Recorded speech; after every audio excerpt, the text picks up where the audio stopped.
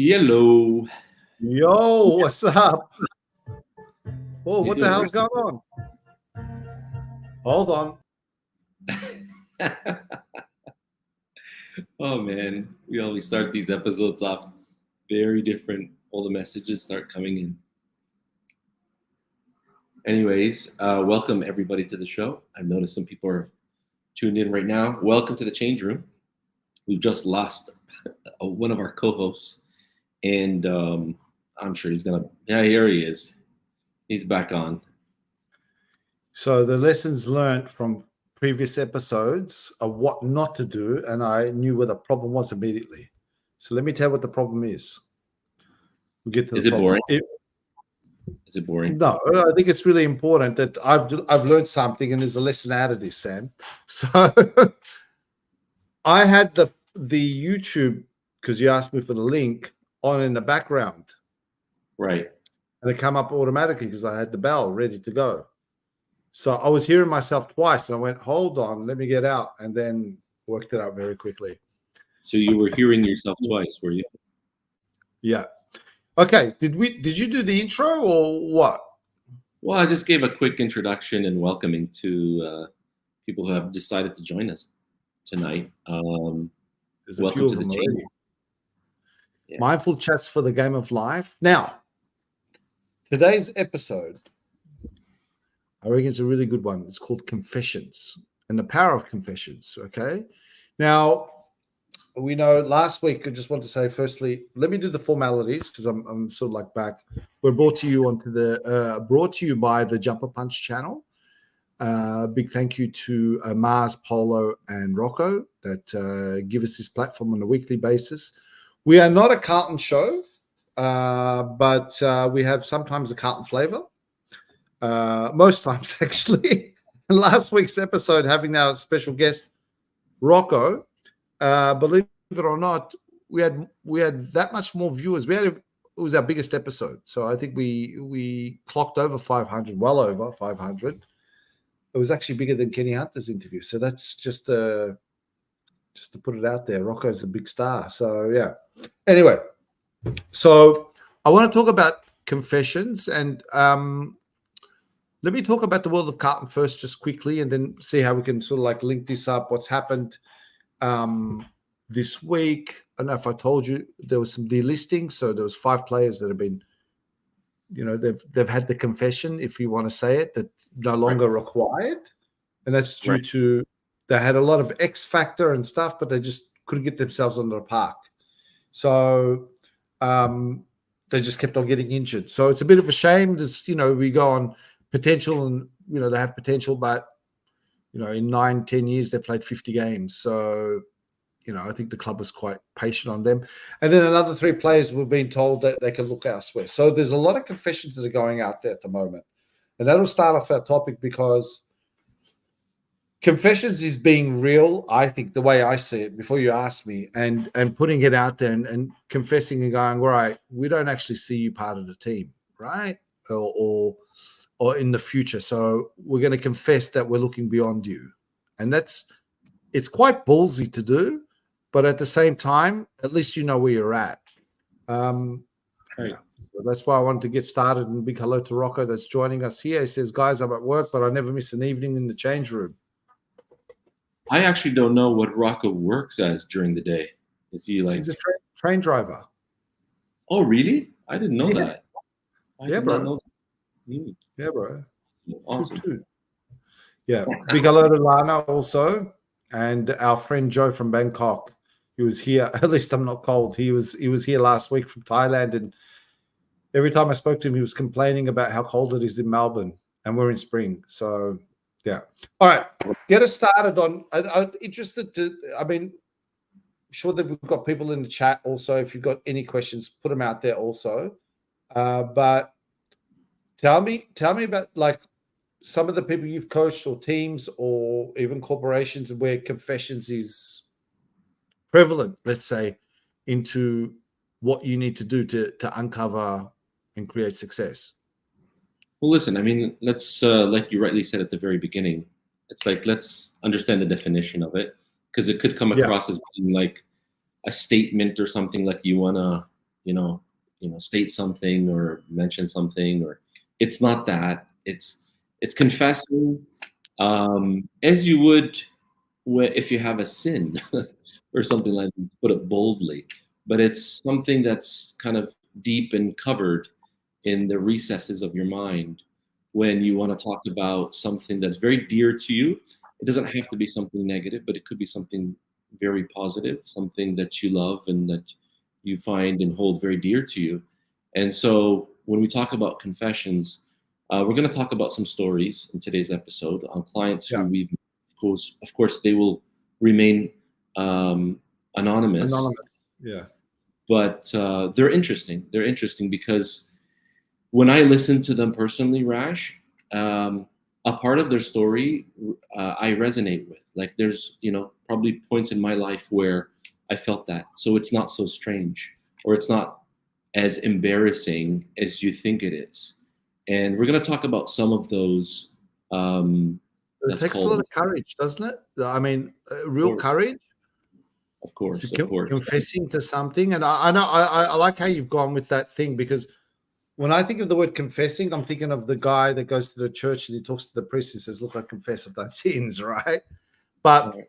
But owning up, I guess the word is owning up to it, because, and I know we linked it back with the blues, but like confessing and being straight up, there's some sort of reward out of that. We all might say, "Oh, it was a bit." No, it's actually good. It's a good. At least you know where you're at. So, give me the stories of maybe from your side, and chat if you've got any comments. Do let us know. Yeah. So some of the stories that we've heard, or clients actually tell us, and these are true stories of where people felt like they're not being heard. And I'm sure a lot of people can attest to that, where you're either not recognized, people don't give you enough attention or recognition, and everyone's basically living their own sweet life, really. They all care about themselves, or each person cares about themselves. So that's one common thing, where they're not being heard. And that's a big thing too, especially when people are doing their best. They could be parents, they could be leaders in organizations, they could be even friends. But who's doing the confessing? Oh, you got me. I'm confused. Who's doing the confessing here? Well, like I said before, like we're talking to clients directly. These are the clients themselves. No, but who's the client? Is it the corporation or is it the person? No, it's a person. It's a person. Okay. Yeah, we're not talking about corporations here. That's a different type of confession. They talk about other things like bottom line and culture and team building and stuff like that. We're specifically referring to people, individuals that either are not being heard, or they're afraid to speak up, or they think that they have these intrusive thoughts and they think that they're the only ones. That's what they feel. That's what they report. Yeah. When I hear these stories, I kind of think to myself, it's like, hold on, I had a little bit of that, and sometimes I still do. So, we all do. Yeah. And so what I noticed was it's very human. For probably 9 out of 10 stories that I've heard, intimate stories, and people pour their heart out, right? And it's all in confidence. So there's a tremendous responsibility as coaches, kind of listening to these people, trying to help them. That when I hear what their confessions are, it sounds very similar to something that I've went through. So it's not, and it just makes me wonder, Rash, like, we think it's like something so unique to us only, when in fact, a lot of people have similar types of things. You know what I mean? I agree. Anything I was going to say, like, even like someone like you, it's not even about money and success. I mean, look at someone like Michael Jackson. You don't think Michael Jackson had insecurities and had these intrusive thoughts and stuff? Of course they do. It's very, very normal. However, in our map of the world, we don't think that everyone's, maybe they're not going through the same sort of challenges. But give me the solutions. Like, so once you assess and during your audit process, like, what's the next steps? Like, Firstly, how do you get them to confess? Do they usually come out and confess straight away? And what are the benefits out of confessions? That's what I'm interested in. Yeah, Yeah. go ahead. So you mentioned earlier when like confessing is like owning up to something, right? Yeah. But when you say something like that, now this is just a generalization, but people can feel a lot of pressure or heaviness or weight when you tell them to own up to something. So we don't directly go at the thing itself. We start a conversation, okay? And through that conversation, there are ways to kind of solve and redirect these thoughts and behaviors in a different context completely. And in NLP, there's something called reframing. We could look at something that that person is experiencing and reframe it in a different context. Because you have to remember, everyone has a good intention for doing something, okay? And that good intention is something, that's for them, right? Oh, yeah.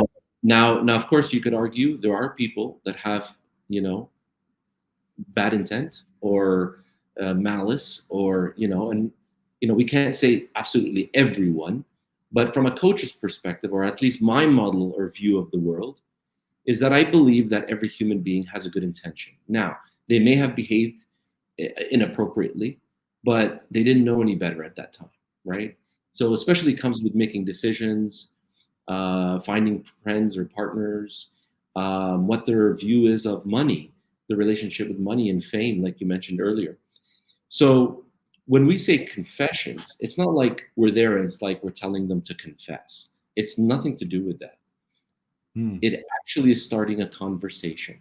When you start a conversation, more oftentimes, clients themselves will begin to open up because we've already developed rapport with these people. And rapport is just a type of friendship, if you will, or chemistry. And that person will open up. And that's really the space that we're creating that will allow people to open up and talk about their life. And more oftentimes, they tell us way too much information. We don't need to. Which we don't need to know. Yeah. But if they're willing to talk about it, we're all ears, and that's what we're there for, right? That's our job. So when we say confessions, it shouldn't feel forced upon. The person should feel relaxed, comfortable, and most importantly, safe to talk What about. happens if there's a risk about it? Like maybe they don't want to confess. Like, I don't know. Let's go worst case scenario. Couple, one cheated or something like that, where she's, if she confesses or he confesses, it's, the ramifications out of that. Sometimes you don't want to confess, speaking the way I see the world, but because on the other side of confessing is you're going to have to own up to something. I'm giving you extreme case, right? But I haven't been a loyal friend, or I haven't been a loyal partner, or I haven't, in the world of football, is I haven't played up to, I've been lazy, or I haven't been chasing, I haven't been doing my reps as I'm supposed to do, right? But when you confess, and I guess on the flip side is that you got to be ready for not everyone takes it like, oh, look, I appreciate your honesty. Well, listen, like I said, I think people that have reached that stage of trying to work on themselves and fix whatever is going on in their life, you're creating a space to allow them to speak openly about it. Okay, that's the whole point. Okay, because when you start to verbalize or vocalize what's happening in your mind, or what's really kind of pulling you back, or you have a weight to it, that starts to release slowly when people start to talk about their angst or their problems or their issues or their embarrassments or whatever it is. And that's, like, I would say almost 50% there, right? Now, we haven't completely solved it yet. Because if that does your head in, that's worse. Yeah. I agree. It's a process. It's a process. And that process is so cathartic, is so useful, that the more you begin to let it out, literally speaking, you could start to slowly change, right? And so, if you're a coach or a counselor or someone working in this, the self-development or personal development journey or space, you got to become a great listener first.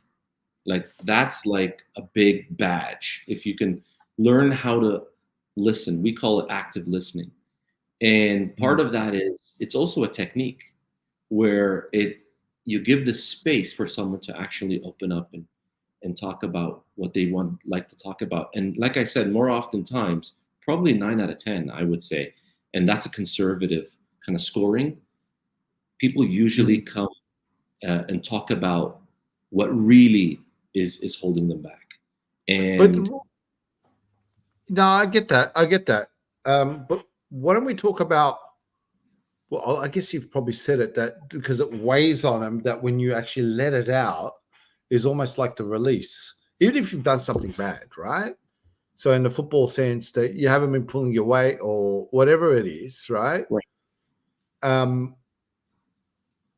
Acknowledging that, owning up to it, is a way for you to move forward. And that's what I want to say to people that are listening to us, is that it's just like anything in life. Sometimes it's going to hurt a little bit at the start, but the reward system instead of holding it, by confessing, and I'm using the word owning up, you use the word confessing, but owning it, going, I fucked up. It's okay. What do you think? No one's fucked up? Like, seriously, like we all do. But Rash, you know what? I got to interject, because when you say owning it, on a surface level, yes, that makes sense.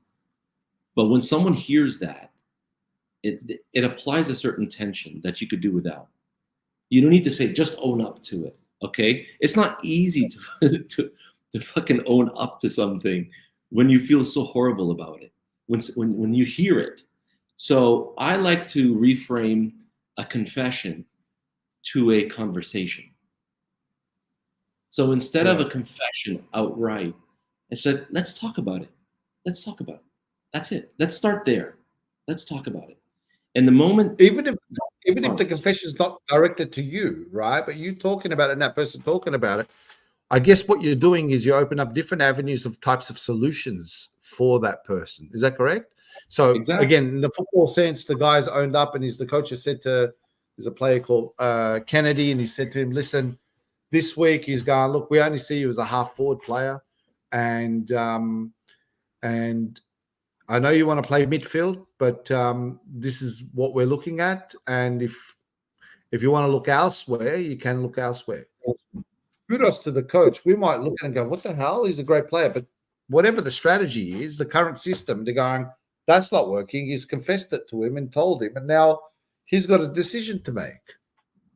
And that can actually make them better. So that's in the football sense, but I'd be interested to see maybe in the chat also if they've made some, confessions, and where's that led them to. Like, would say quite often it would probably lead to more of a positive when you confess and you own up and then work on it. That honesty's got some value in it, you know what I mean? And you've got some points you want to just, I'm going to confess your energy's a bit down today. I'm just going to tell you straight. Yeah. You got to change your posture, mate. That's right. We're waiting for the second half. All right. Are we going to do this? By the way, why don't you tell them what we're thinking about doing? So your crazy fucking ideas. And let's see what people think about it. Go. I was suggesting. And then go for your 10 points. Can I talk? No. You asked, can I talk? Now you can talk. Go ahead. I got 5 fingers. I'm holding 5 fingers. You choose one, buddy. All right, choose number 2. Listen, one idea I had, I was talking to Rash. Let us know what you think, guys. Create this podcast and split it up into like a game. You know how you would watching a match or a game match where you have it in quarters or halves, halftime. Yeah, first quarter, second quarter, third, fourth. Yeah. Let us know what you think about it. And then as we get into the show more and more, we ramp it up, and then have a little break time at halftime. So let us know what you think about that. But that was just a different way. I haven't seen podcasts kind of do something like this, and it's just a suggestion. Let us know if this is. What about confessing to your energy? What about confessing to your energy on the show at the moment that you're not really in the zone? And you're trying to say something with the He's not. second quarter. I'm going to give you a bit of shit today, mate. I'm telling you. I'm pissed off. There's no Blues in the finals. I'm pissed off. But Okay. anyway. There's some Well, comments too. So I want you to read out some of the comments also. There's some really good ones out here. And they've got new people here. Yeah, before you get to the comments, I also wanted to kind of touch base on various types of confessions, if you will. And look at your tone's changed. It's good. Yeah, it's good. Confessions of self-sabotage, imposter syndrome, burnout and overwhelm, limiting beliefs, fear of failure, avoidance and procrastination. That's a big one with a lot of people, by the way. What is it? Confessions of people pleasing. Yeah. Confessions of having a lack of purpose. That's another big one. Yeah. Confessions of communicating poorly. And lastly, listen to this, confessions of success guilt, being guilty of being successful. Can you believe that? I can. Can I do a confession that I think that my team is not that good, the Blues? Yeah. Why? Is that like because I think I'm like many fans that would think that because we've got the blue glasses on, we think that player is better than There's tons of examples that players used to play for us. We go, there's a player called Fisher, right? And when he was with us, he's a gun. And when he's out, it's like, oh no, we're missing Fisher. And we hype these people up, right? And we go, he's a gun. Or there was another guy called SBS. As soon as they jump off and they leave the club, they go to another club.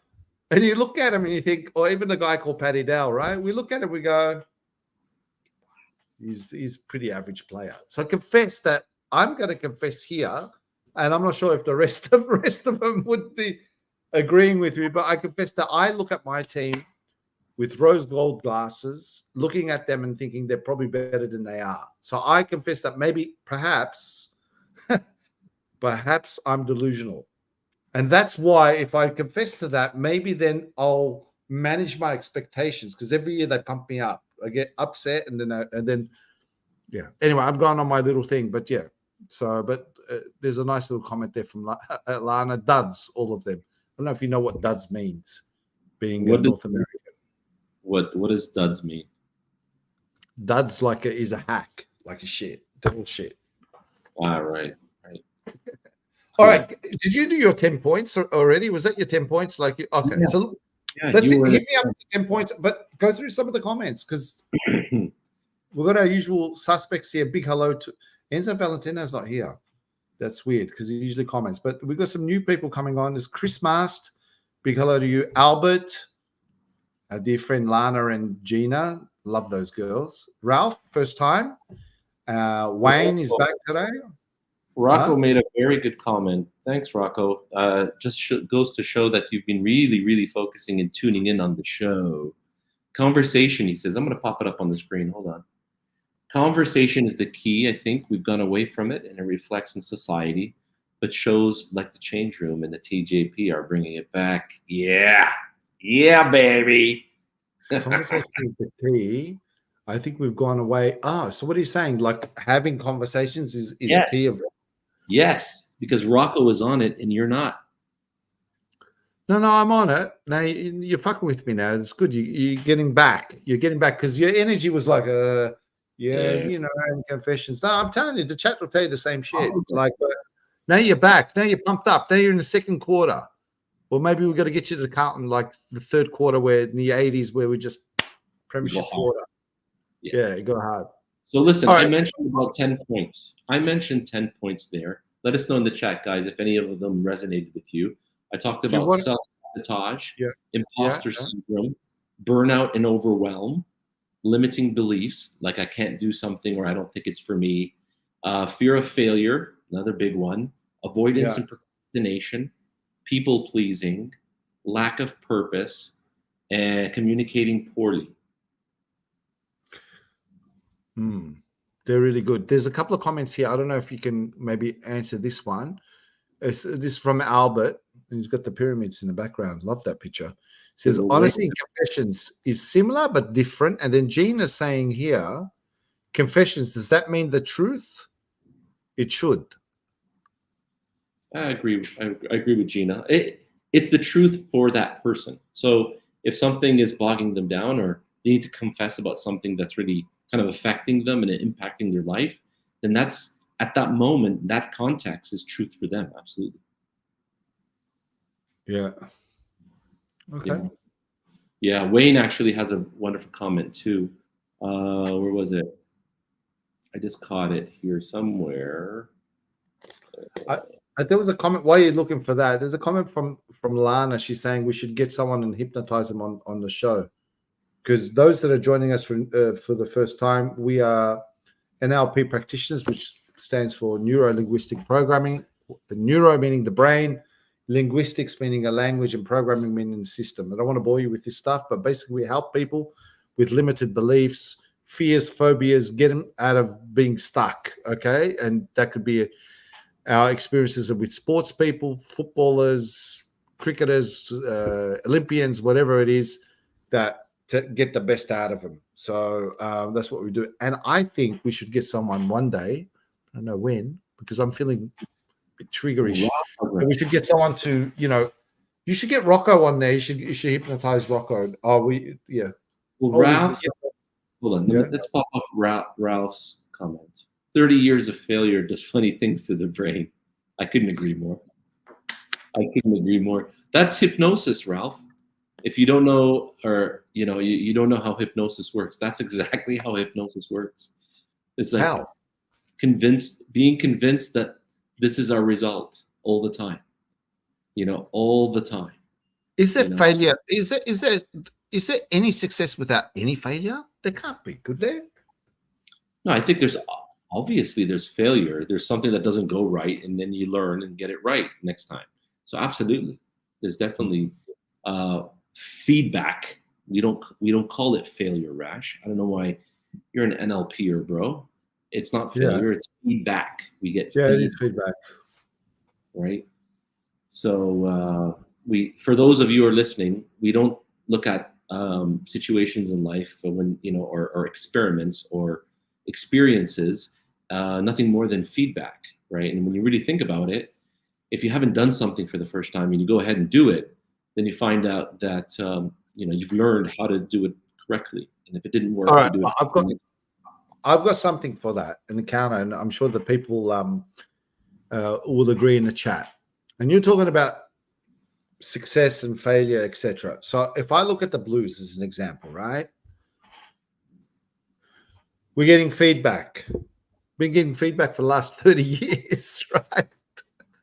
But we improve incrementally, and then we're shit, and then we improve again, and we're shit. So there's got to be more than that. This is my point.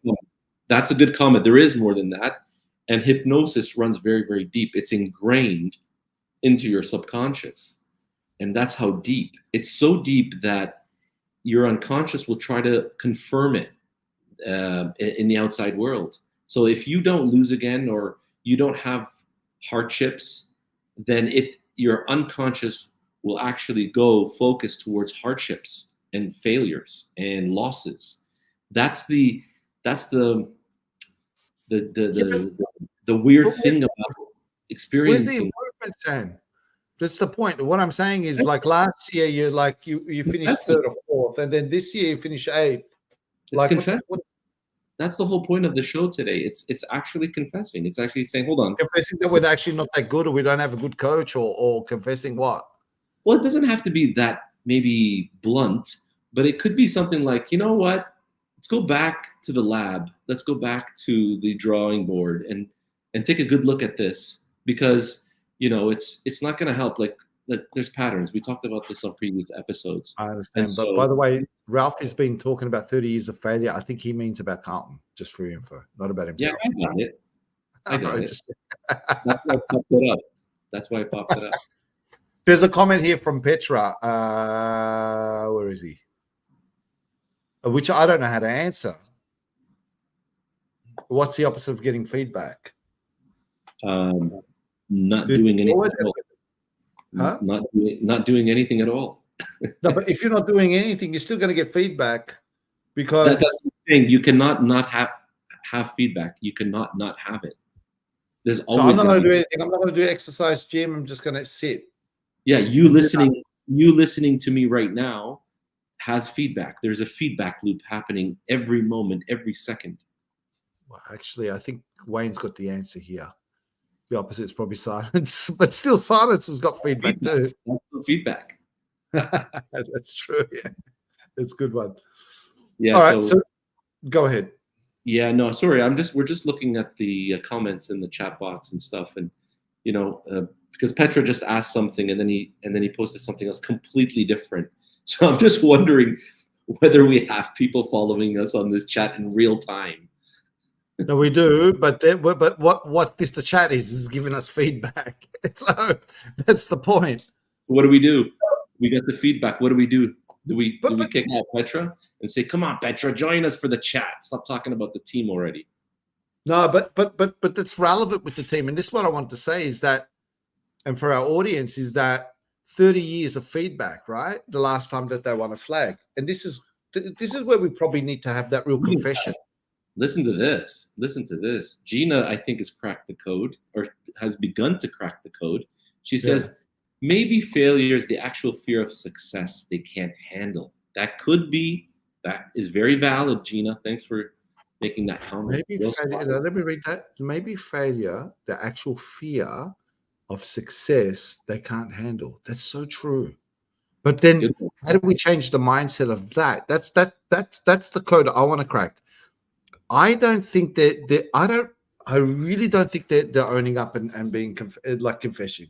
I really don't think, Sam. I really don't, because or they could be disillusioned. Or they could be disillusioned by thinking, you know what, it just happened, and we'll just keep practicing until we win another game. I reckon the players don't give a fuck. Some of them, it's like it's just a job. Well, maybe the players are listening to their marketing machine. If they listen to the marketing machine, they're brilliant. The carlton marketing machine is the best in the league. No, but hear me out, because I think I've got something. You've got me excited. Look, I've got my hands out like a wog, and I'm doing it, right? You know what a wog is, don't you, Sam? Because you're from America. Yeah, Rocco. Do you have wogs in Canada? Of course we do. We call them wops. Call them wogs? No, we call them wops. Wops. Wops. Really? Is it stand for anything? It does. Apparently it does. I just don't know what it is. It's not coming to my mind. But so wops, and we call them wogs here. This is interesting, chat. So wops, is that ethnic people, like other than the native? Like, no, I think it's just Italians. Oh, just Italians. Yeah. So you call them wops. Do you have Marios and Marias? Do you call them Marias and Marios? Yeah. Yeah. So I think Canada's so similar to us. We actually call them Genos. Genos and Genos. Oh, we call them Genos. We call them Genos too. Yeah. Fantastic. All right. There's a whole bunch of comments here, but I really want to dissect this, because I think I speak on behalf of a lot of people in this chat that would tell you that I don't think the club is being real and confessing. I'm serious. They keep on giving us bullshit. And correct me if I'm wrong, chat. You guys know what I'm talking about, because Sam, that's why you're good, because you have a neutral view. But what we get fed every year is the same shit. Like their marketing slogan would be, "They know we're coming," or believe, or whatever it is. But they keep on just giving us the same rhetoric, and I don't think they're confessing.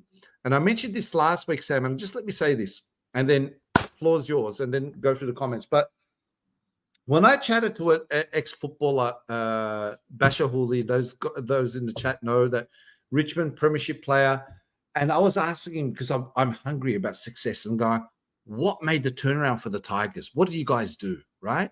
And he said to me a couple of things. He told me, he goes, we confessed to each other.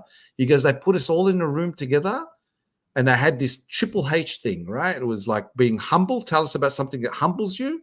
Tell us something that's happened that's quite horrific, and 3, highlight in your life. And they confessed in front of each other, even when it was embarrassing. But what happened is that connected them together.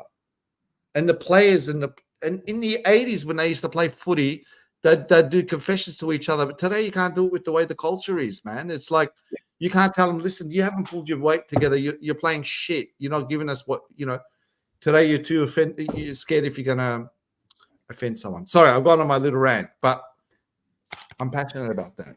Let's go through the comments. There was one by Peter also. Oh, bobblehead PR machine. Yeah, sorry. What's this? PTSD still roams around the club and the supporters. I reckon that's so true. Okay, what's Petra Khan saying? I'm listening and typing. Sam, I'm multi-skilled. I can actually do two things at the same time. I don't know what that is. Sam? Yeah. So you going back? Yeah.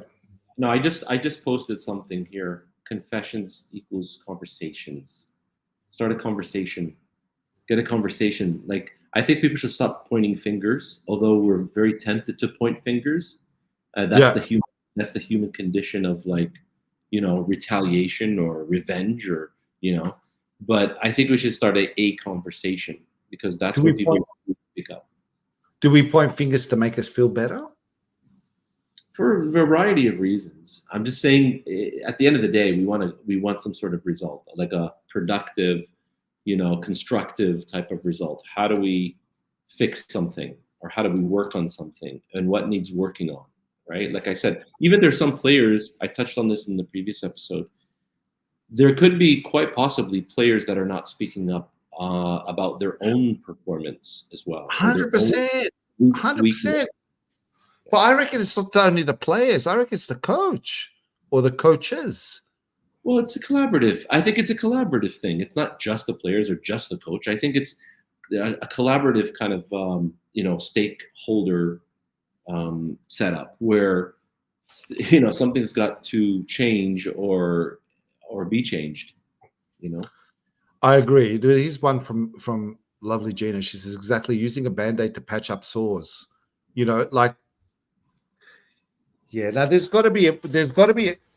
there needs to be a pivotal, and I know you like that word pivot, but there's got to be a paradigm shift, right? And with that, I think confessions is probably the most important thing to confess and say, you know what? When the coach says, I haven't been good enough, I could have been better, and all putting a hand up, but then also doing an action towards it, that creates an honest culture. Yes. Not only that, it feedbacks into your biggest stakeholders, who are the fans. They're the biggest stakeholders here. But the fans are the most honest. The fans confess. Exactly, but you want someone to listen to the fans. You want them to listen to the fans. That's what we're talking about when we say confess. What do you mean? You know what? I'll give you an example. Let me give you this example. I was a DJ for like 30 years, right? Yeah. And most important person in my room, right, to give me feedback, just think about it like this, like a metaphor, right? Is the audience. So I get a bloke that's drunk and he comes up, wait. That's what I was talking about. No, wait, but this is the point that I'm getting to.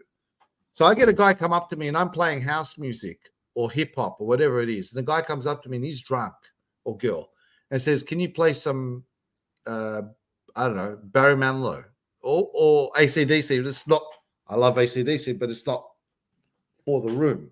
Now you're saying to me that I should take that response. No. I'm saying to you, no, break it down, Rash. I'm saying to you, listen to people. And he says, if you're playing R&B and he wants to play rock or heavy metal, you just say, listen, dude, I got you. But right now, let me finish this set, and then I'll try to segue into that if I've got more time. I'm just saying, listen, and then take, appropriate action. That's all I'm saying. But what's happening is you've got a bunch of fans here that are massive, that are paying hard-earned dollars, money, to paying these players salaries. So the least I could do is listen to the fans and then translate that and say, how can we make it better again? Now, it may not be fixed overnight, probably not likely at all, but maybe at least I've taken on your request. At least I've listened to you. At least I've made that public and official. Like, I've listened to you. I've got your comments. And in return, I'll say, listen, we're going to find a way to fit that in or work on this specifically because you have a point. And by doing so, you're actually reporting to the people that mean the most. It's the fans. They're coming, paying the money, they're commenting, they're marketing for the team, they're continuing the tradition. It's the fans. And they're the ultimate board of directors, if you ask me. I get it, but I don't agree, because I'm going to give you that DJ metaphor. Is that you come up to me and say, oh, come on, man, play some rock, or come on, man, your music's too slow. Play something, the usual thing they used to get as a DJ, and anyone that's DJed before says, hey, can you play something that I can dance to? Right? It used to drive me crazy. It's like they're already dancing. Right? Yeah. My point into your point is, yes, you got to listen to the fans, but who are you listening to? Like, if I'm a fan, I've got no clue about strategy of what I'm doing. All right, you can take it as feedback, but at the same time, I can't take on crazy ideas. I go, why don't you get this player from this club? And I think you need to do it. You're not an expert to tell me. I'm the expert. No, I know, but if you're listening to fans, Rash, you're like think about this, please. When you talk about fans in general, they'll give you, if you give them some time, they'll give you the biggest news about that player or that player. Everyone knows who are the top, whatever, 5, 6, 10 players, and what who's they're not doing. pulling their socks up. Yeah, I get it. Yeah. Then you take that, and then the club needs to listen with both ears and say, I acknowledge that. I listen to you. You have a point. Why? Because the fans or the market is never wrong. No, they can't be wrong. No, I disagree. They can't. You can't tell me. I'm giving you the DJ example. You can't tell me that guy that he comes to me and he says to me, "Play something that's going to dance." You got no clue about DJing. Not that I'm gonna be arrogant, not listen. But that's one person. But that's one person. I'm talking about thousands of people, bro. What are you talking about? Okay. Fuck you. Then be specific. I said the fans. I said the fans, not a fan. Come on, get up here, bro. I'm going to put a comment from Urg, our good friend Urg.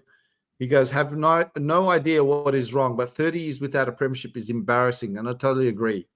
And then there's one from Chris here that's ahead of it. He says, irritating horse coach comes across as brutally honest, if not in words, but his body language. Absolutely. That guy's confessing. I like him already. And just while we've got Erg, I'm going to put the thing, and we do it every week, but we didn't do it this week. So I'm just going to put the Blues Crypto stuff on, if I can find it. Gina asked a question here. I want to put up Gina's quick question. She says, you can put that one while I look for this. He says, in general, in life, you can't please everyone. It's impossible. That's right. But we're not talking about pleasing everyone. We're talking about pleasing the majority. Just like Rash's explanation about people coming to a DJ to put on their favorite song. Well, listen, if I've got 150 people dancing to Michael Jackson, I'm not going to change the song yet because of that one person, right? But that's true. But then again, do you know what made me to be, and I must say, pretty good, not good. Off the record? We'll talk about off the record and say, well, what made me a great DJ, and I'll say it, is the feedback from the audience. Because when I'd get feedback and then I'd say, hey, by the way, do you have this track by this? I'm like, never heard it. And then I listen to it, I go, wow, that's a really good thing. And I've built that into my repertoire. You know what I mean? But yeah. Listen, Wayne's got an interesting comment here. He says, our club is honest. And then they know we will have their back. We are many who will always pay our membership. That's amazing. But Wayne, allow me respectfully to disagree with you. After 30 years of not winning a premiership, right? Okay. So sometimes, and it's unfortunate, that maybe this is the time to take away your membership and decline and say, you know what, guys, we've been supporting you, but right now there's no getting through to you. And no, you can't. Man, you fuck up the club. What are you talking about? You can't. What happens then? You fuck up the club. Like, there's a bloodline that survive on you, but definitely it'll shake them up for sure. If everyone goes, you know, after 30 years, but after 30 years, I'm sorry. Like, if it was a year or 2 or 3 or 5, okay, I still would understand. But after 30 years, hold on, what am I paying money to? Like, at least, like, okay, let's put it in. Let's put it in Sam, context. it's hard to win it. Like, come on. It's hard. It's 18 other teams that are going for it. It's not easy, yeah? So, like, I'm not all saying right, it's easy. successful I'm just saying clubs, successful it's people. about the team. I get you. Can I just put we've got a donation here from Erg. Thank you. Another Thanks, man. $15. Really, really appreciate.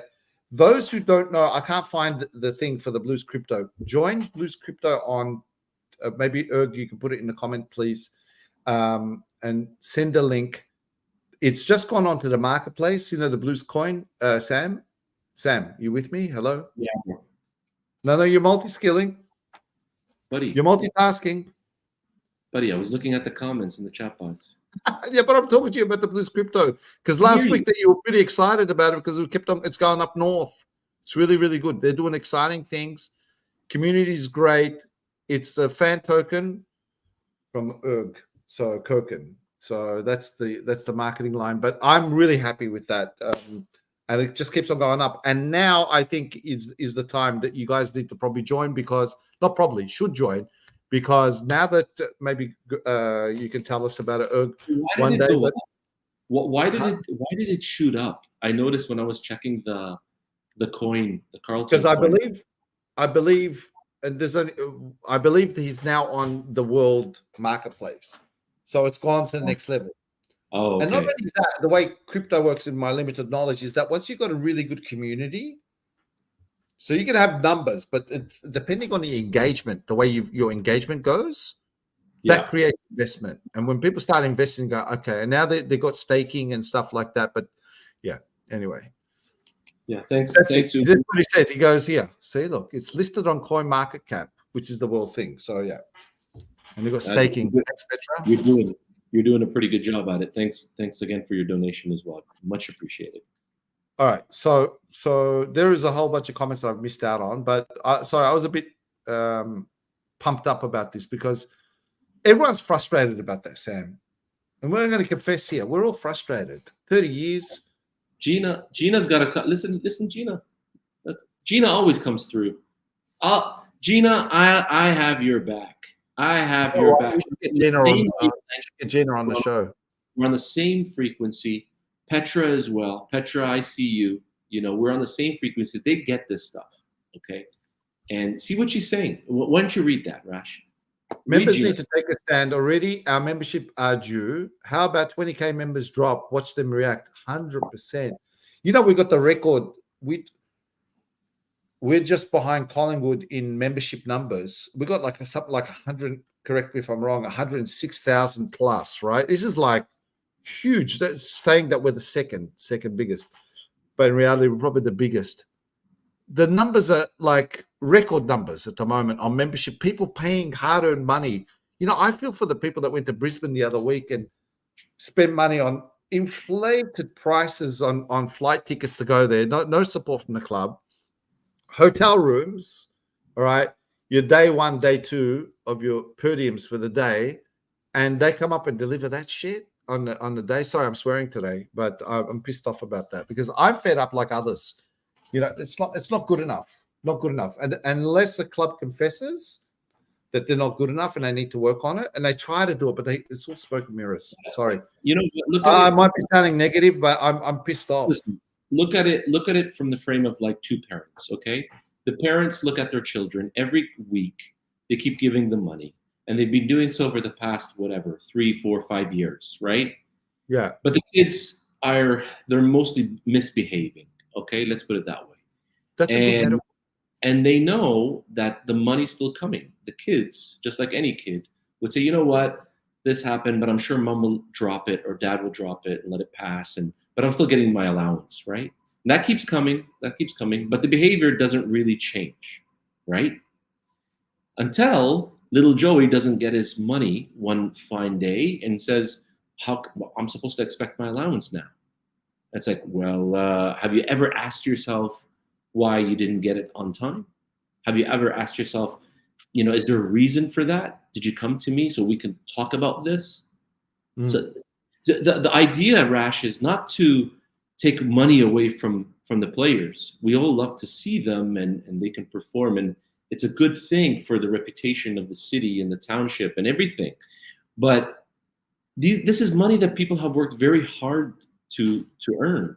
And when they keep coming in to support you, they're taking time away from their schedule, time away from their families sometimes, and their money. And that's, you have to ask yourself, hold on, something's off. And then maybe we need to talk about it. Maybe we need to discuss why all of a sudden that changed. So unfortunate that it should happen that way, obviously, but it's also something that is meant to build the team so the team can learn, the marketing machine can learn, that the people are watching. That's really the board of directors. When we talk about who are the ultimate stakeholders, it's the market, it's the fans, it's the people. That's what that's your salaries. But there's a comment here from Lana, and she says, without membership, the club will struggle even more. I get that, but that's the same metaphor as what Sam was talking about here with the kid that's getting his monthly allowance. Unless they struggle and have that, it's like anything that happens, you know, like a guy that smokes for 50 years, okay? And then he's just smoking away. A doctor comes to him and says, mate, if you don't stop smoking, you're not going to last another 3 months. Guess what? It's been bang straight to his face that goes, I need to change now. And same thing with the membership. When you're just going in blindly, just paying, and obviously that's quite, you know, a big thing to do to stop membership. But who's the doctor, Rash, in that metaphor that you just described? Who would the doctor be that would tell the team? Who has that authority? The fans with an S. Yes. Yeah. Well, I sure hope so. I sure hope they actually look at the fans that way, because they certainly are. I'm not trying to be pessimistic, but I don't really think so. There's a comment here from Rocco. I'm just looking at our time too.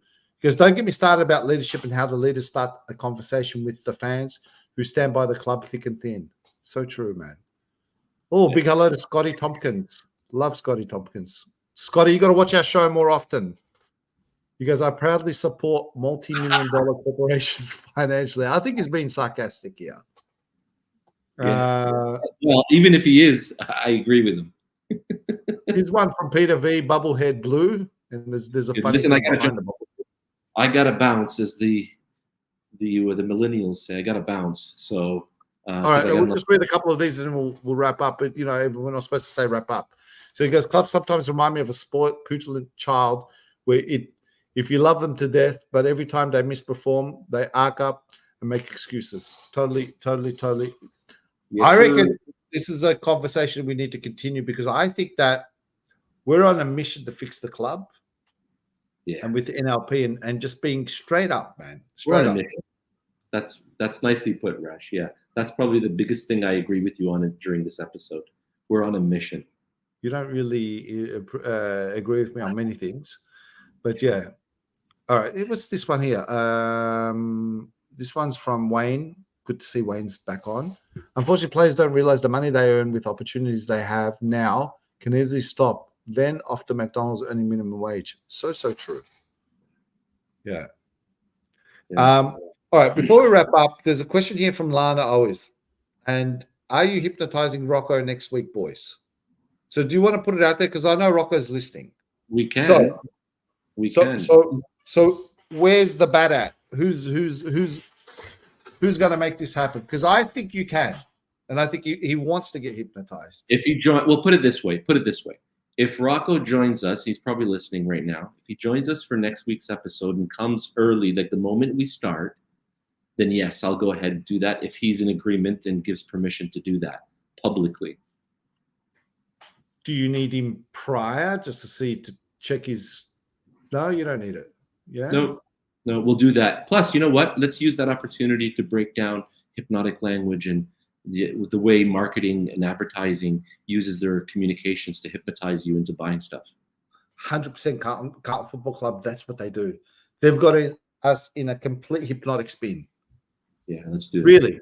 Everyone will agree. Okay. Rocco's saying yes. I'm down for it. Do we want to get him like 1 week on? Okay, you know what? We'll get him. By that next week, we'll find out who's won the Brownlow. It could be a good topic also, and then we can get him on. All right. Thanks, Lana, for doing that. I just got a question for Rocco before next week. So if he joins us at the beginning of the episode, you know what? let's start about 5 minutes in. He can join us, and then we'll start the process. And I'd like to ask Rocco to think of something he'd like to get better at. Maybe it's something to do with his health. Maybe it's something to do with his performance up there. Maybe he wants to just become a better communicator. Who knows? But if he can think about something ready before the show, then we could work on that happily.